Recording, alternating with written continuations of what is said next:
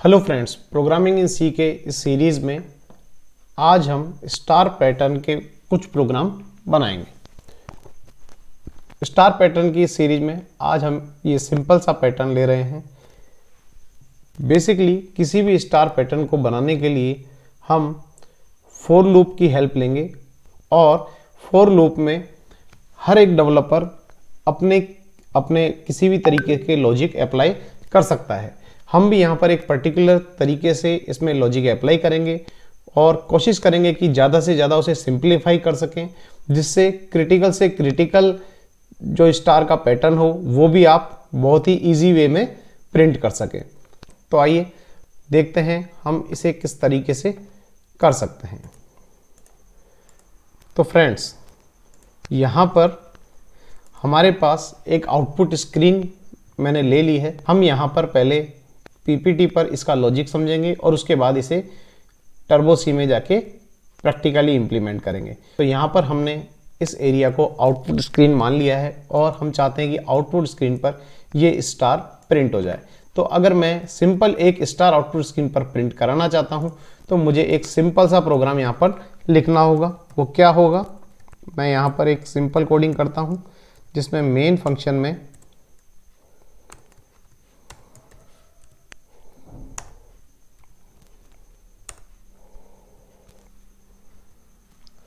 मैं simple printf function use लेता हूँ और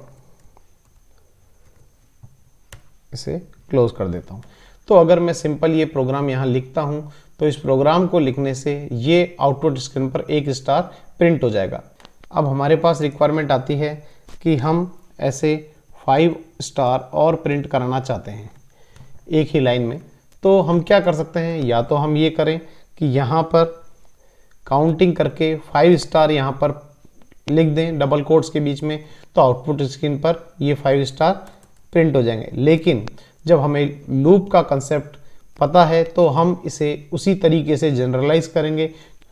तो हम इसे एक जनरलाइज वे में फॉर लूप में अप्लाई करने की कोशिश करेंगे, क्योंकि अभी तो हमें यहाँ पर 5 स्टार शो हो रहे हैं। अगर ये नंबर ऑफ स्टार्स ज़्यादा होंगे तो हमें प्रॉब्लम हो सकती है।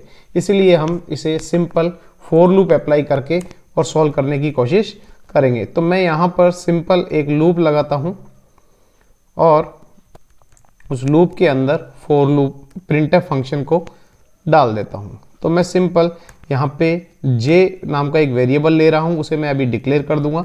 इसको इनिशियलाइज कर रहा हूँ 1 से।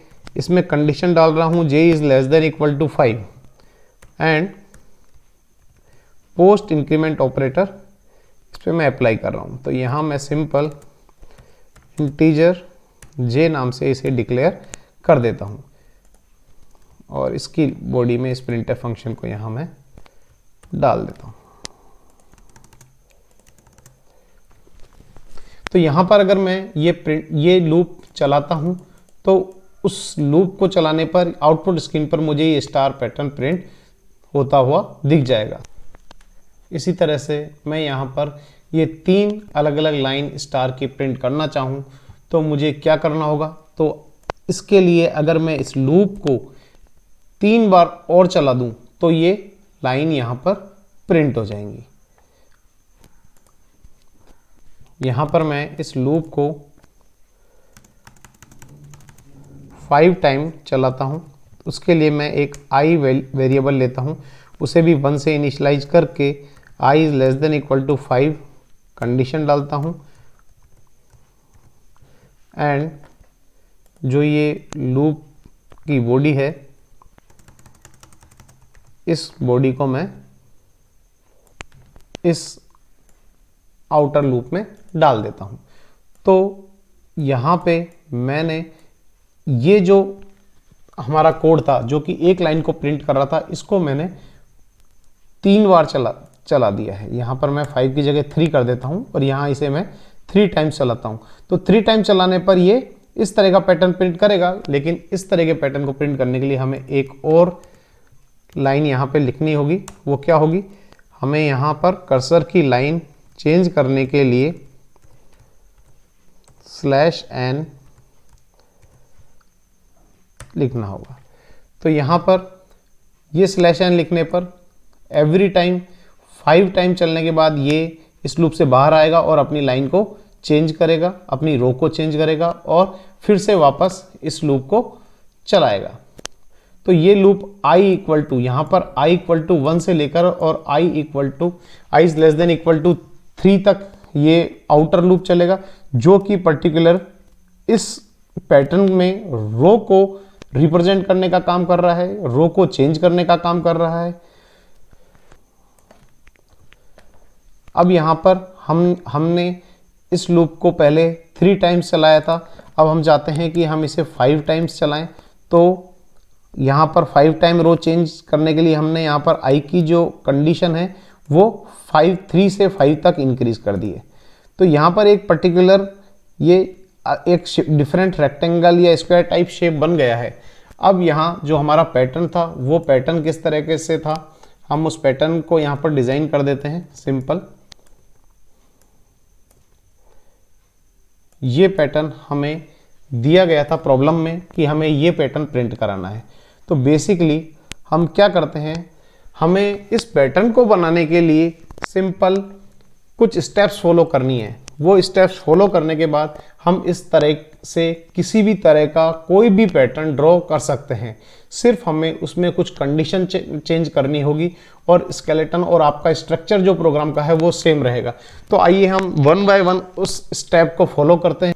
आप भी अगर उस स्टेप को फॉलो करेंगे तो आपको इस तरीके के प्रोग्राम बनाना बहुत ही ईजी हो जाएगा। तो हम एक बार देखते हैं कि हम उसे किस तरह से कर सकते हैं। तो यहाँ पर अगर आप देखें तो एक चीज़ साफ हो गई है कि जो आपका i है, यहाँ हमने 2 वेरिएबल लिए हैं, यहाँ हमने 2 वेरिएबल लिए हैं i एंड j। तो यहाँ एक बात क्लियर है कि जो i है, आपका जो i वेरिएबल है वो यहाँ पर रो को रिप्रेजेंट कर रहा है, क्लियर है, और j है वो आपके कॉलम को रिप्रेजेंट कर रहा है। हमने देखा था जब हमने यहाँ पर स्टार प्रिंट कराया हुआ था तो ये क्या है 1 2 3 4 5। तो यहाँ पर ये जो j है ये कॉलम्स को रिप्रेजेंट कर रहा है। और जब हमें यहाँ पे रो को चेंज करना था तो हमने ये लूप लगाया और यहाँ पे printf सिलेक्शन अप्लाई किया, तो उससे हमारी रो चेंज हो गई और 5 टाइम्स ये रो चेंज होती गई और 5 रोज यहाँ पर इसने शो कर दिए। अब हम सिंपल वे में इस प्रोग्राम की जो 4 स्टेप्स उनको फॉलो करते हैं। तो यहाँ पर स्टेप 1 में i रोज को डिनोट कर रहा है और j कॉलम्स को डिनोट कर रहा है। तो हम सिंपल यहाँ पर स्टेप 1 में ये रोज और कॉलम को कैटेगराइज करने का काम करते हैं। जिस भी तरह का स्टार पैटर्न आपको दिया हो आप उसे रोज एंड कॉलम में डिवाइड कर दें, यही हमें स्टेप 1 में करना है। इसके बाद जो स्टेप 2 है, स्टेप 2 में तो स्टेप 2 में बेसिकली हमें क्या करना है, हमें i और j की वो वैल्यूज फाइंड आउट करनी है जहां पर स्टार प्रिंट हो रहा है। जैसे कि तो यहां पर i और j की वैल्यूज के लिए हमें ये चेक करना है कि कहां कहां स्टार पैटर्न प्रिंट हो रहा है। जैसे मैं यहां पर i की वैल्यू चेक करता हूं तो i की वैल्यू 1 और j की वैल्यू 1 के लिए स्टार प्रिंट हो रहा है। तो मैं यहाँ सिंपल लिख देता हूँ i की वैल्यू 1 और j की वैल्यू 1 के लिए यहाँ पर स्टार प्रिंट होता है। उसी तरह से सेकंड में मैं देखता हूँ कि i की वैल्यू 2 एंड j की वैल्यू 1 एंड 2 के लिए स्टार प्रिंट होता है। तो i की वैल्यू 2 एंड j की वैल्यू 1 एंड 2 के लिए स्टार प्रिंट होता है। तो कहने का मतलब यहाँ पर हम क्या समझना चाह रहे हैं, हम यहाँ समझना चाह रहे हैं कि यहाँ पे हम इस लूप के अंदर स्टार प्रिंट तो कर ही रहे हैं, साथ में हम क्या प्रिंट कर रहे हैं, स्पेस। यहाँ पर स्टार के बाद ये ब्लैंक है तो हमें इसे स्पेस के थ्रू रिप्रेजेंट कर देना चाहिए। तो यहाँ पर i की वैल्यू 1 के लिए i की वैल्यू 1 और j की वैल्यू 1 के लिए यहाँ पर स्टार प्रिंट हो रहा है, और जो रिमेनिंग प्लेस है, रिमेनिंग i की और j की वैल्यूज है वहां पर ब्लैंक प्रिंट हो रहा है। तो उसके लिए मैं यहाँ पर एक और स्टेटमेंट यहाँ लिख सकता हूं जिसमें मैं सिंपल स्पेस प्रिंट कराऊंगा और इसी लूप के अंदर मैं एक कंडीशन अप्लाई कर सकता हूं सिंपल कि इफ की पर्टिकुलर किसी कंडीशन के लिए यहां स्टार प्रिंट हो, अदरवाइज यहां पर स्पेस प्रिंट हो। तो यहां पर इफ में हमें वो कंडीशन डालनी है जिसके लिए इस पैटर्न में स्टार प्रिंट हो रहा है। तो जिस तरह से i की वैल्यू 1 और j की वैल्यू 1 के लिए स्टार प्रिंट हो रहा है, i की वैल्यू 1 और j की वैल्यू 1 एंड 2 के लिए स्टार प्रिंट हो रहा है। तो ये जो एक्सप्रेशन है वही हमें फाइंड आउट करनी है। अगर ये एक्सप्रेशन ट्रू होती है तो ये स्टार प्रिंट करे, और अगर ये एक्सप्रेशन फॉल्स होती है तो ये स्पेस प्रिंट करे, जो कि आपको यहाँ पर दिखाई दे रहा है। तो बेसिकली अगर हम देखें तो ये इफ एल्स स्टेटमेंट कितनी बार चलेगा, ये 25 टाइम चलेगा, क्योंकि 5 टाइम इसमें इनर लूप लगा हुआ है और 5 टाइम इसमें आउटर लूप लगा हुआ है। तो बार बार ये चलता रहेगा जब तक कि ये पैटर्न प्रिंट नहीं हो जाता है। तो फ्रेंड्स यहां पर हम देखते हैं कि i की वैल्यू 3 के लिए, तो i की वैल्यू 3 के लिए j की वैल्यू 1, 2 एंड 3 तीनों में यहां पर स्टार प्रिंट हो रहा है। इसी तरह से i की वैल्यू 4 के लिए यहां पर j की वैल्यू 1, 2, 3 एंड 4 के लिए स्टार प्रिंट हो रहा है, और i की वैल्यू 5 के लिए यहां पर j की वैल्यू 1, 2, 3, 4 एंड 5 की वैल्यू के लिए यहां स्टार प्रिंट हो रहा है। तो यहां पर हम देख सकते हैं सिंपल i और j की वैल्यूज किस तरह से इस पैटर्न को सेटिस्फाई कर रही हैं। तो ये यहां पर स्टेप 2 हो गया। स्टेप 2 के बाद हम स्टेप 3 लेंगे। स्टेप 3 में हम इसे और जनरलाइज फॉर्म में डालेंगे। तो यहां पे सिंपल मैं इसी को कॉपी पेस्ट करता हूं।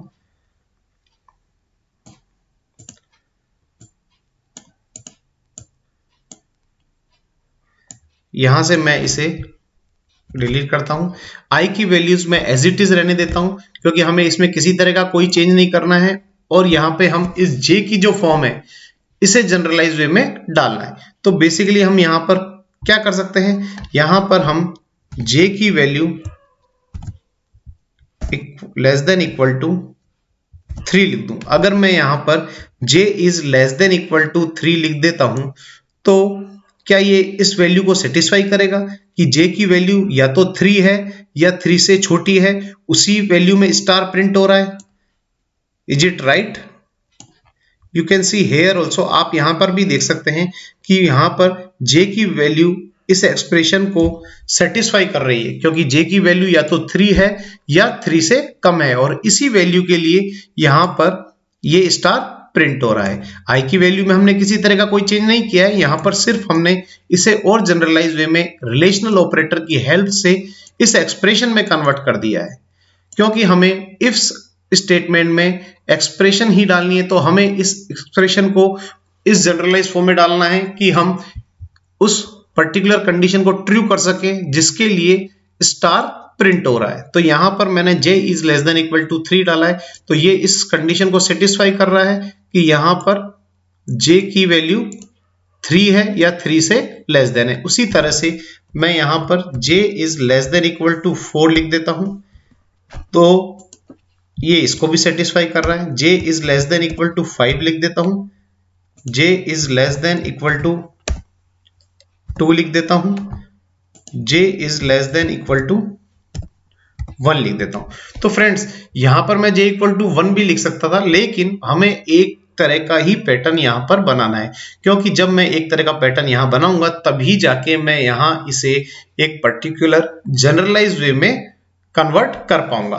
तो यहां पे हम सीधे सीधे चेक कर सकते हैं कि हर एक एक्सप्रेशन के लिए ये वैल्यूज को सेटिस्फाई कर रहा है। यहाँ भी हम देख सकते हैं कि j is less than equal to 5, मतलब j की वैल्यू या तो 5 है या 5 से कम है, उन्हीं वैल्यूज के लिए यहाँ पर स्टार प्रिंट हो रहा है। इसी तरह से यहाँ पर j की वैल्यू या तो 4 है या 4 से कम है, उन्हीं वैल्यूज के लिए यहाँ पर स्टार प्रिंट हो रहा है। अब जो कि स्टेप 4 है, जो कि लास्ट स्टेप है इस प्रोसेस की, उसमें हम इसे और भी जनरलाइज वे में डाल देंगे। तो यहाँ सिंपल मैं एक और रो ले लेता हूं। तो फ्रेंड्स यहाँ मैं देख रहा हूं कि ये जो पोर्शन है ये सभी में सेम है, तो मैं इसको एज इट इज यहाँ लिख देता हूं, j is less than equal to. अब यहाँ पर जो चेंज हो रहा है वो क्या चेंज हो रहा है, ये वैल्यू चेंज हो रही है 1 2 3 4 5। तो हम यहाँ पर इस पूरे ब्लॉक को ध्यान से देखें तो हम ये देख रहे हैं कि जब जब i की वैल्यू चेंज हो रही है तो यहाँ पर भी वो वैल्यू चेंज हो रही है। यहाँ i की वैल्यू 1 है तो यहाँ पर j is less than equal to 1 है। यहाँ i की वैल्यू 2 है तो यहाँ पर j is less than equal to 2 है। यहाँ i की वैल्यू 4 है तो यहाँ j is less than equal to 4 है। तो हर एक i की वैल्यू के लिए यहाँ पर ये वैल्यू भी लगातार चेंज हो रही है। तो मैं यहाँ पर अगर j is less than equal to i लिख दूं तो क्या ये सही होगा? ये बिल्कुल सही होगा, क्योंकि ये एक्सप्रेशन इस पर्टिकुलर एक्सप्रेशन को और इसको सेटिस्फाई कर रही है। अगर हम ये एक्सप्रेशन वहां डालते हैं, इसका मतलब कि ये कंडीशन अगर इफ स्टेटमेंट में ट्रू होती है तो वहां स्टार प्रिंट होना चाहिए। तो मैं इस कंडीशन को अगर यहां डालता हूं, if j is less than equal to i, तो ये यहां पर स्टार प्रिंट होना चाहिए। अब यहां पर अगर ये condition j is less than equal to i है, अगर ये कंडीशन ट्रू होती है तो यहां पर स्टार प्रिंट होना चाहिए, अदरवाइज यहां पर स्पेस प्रिंट होना चाहिए। अब हम इसे इस पूरे प्रोग्राम को एक बार टर्बो सी में भी रन करके देख लेते हैं। आप लोगों को यहाँ पे कंसेप्ट तो समझ में आ ही गया होगा। अगर आपको अभी भी इसमें कोई डाउट हो तो आप मुझसे कमेंट सेक्शन में जाके पूछ सकते हैं। मैं इसे जल्दी से टर्बो सी में आपको बना के दिखा देता हूँ। सबसे पहले मैं इस प्रोग्राम को सेव कर लेता हूँ, star.c star1.c।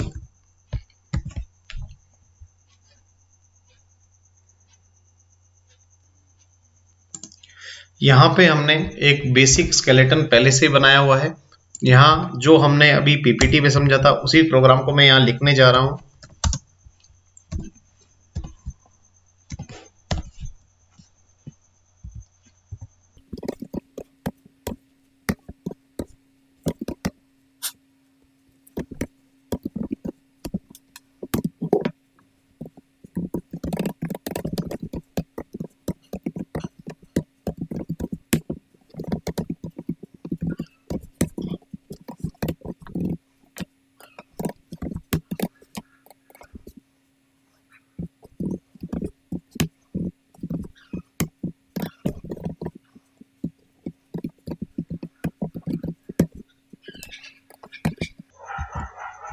तो यहाँ पर एक बार मैं इसे रन करके दिखा देता हूँ कि किस तरीके से क्या आउटपुट आ रहा है। तो ये आउटपुट हमने शुरू में देखा था।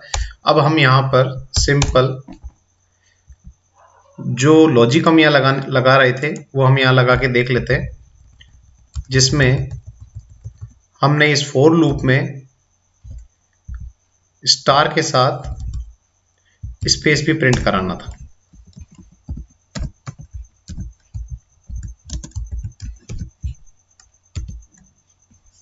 उसके लिए मुझे यहाँ पर एक इफ स्टेटमेंट लगाना है, जिसमें पर्टिकुलर कोई कंडीशन देनी है। उस पर्टिकुलर कंडीशन के लिए यहाँ पर ये स्टार प्रिंट होना चाहिए, और अगर वो कंडीशन ट्रू नहीं होती है तो हम स्पेस प्रिंट करेंगे।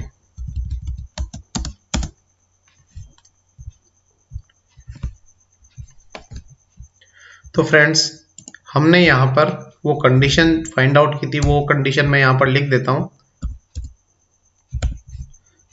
हमने जो कंडीशन फाइंड आउट की थी वो थी j is less than equal to i।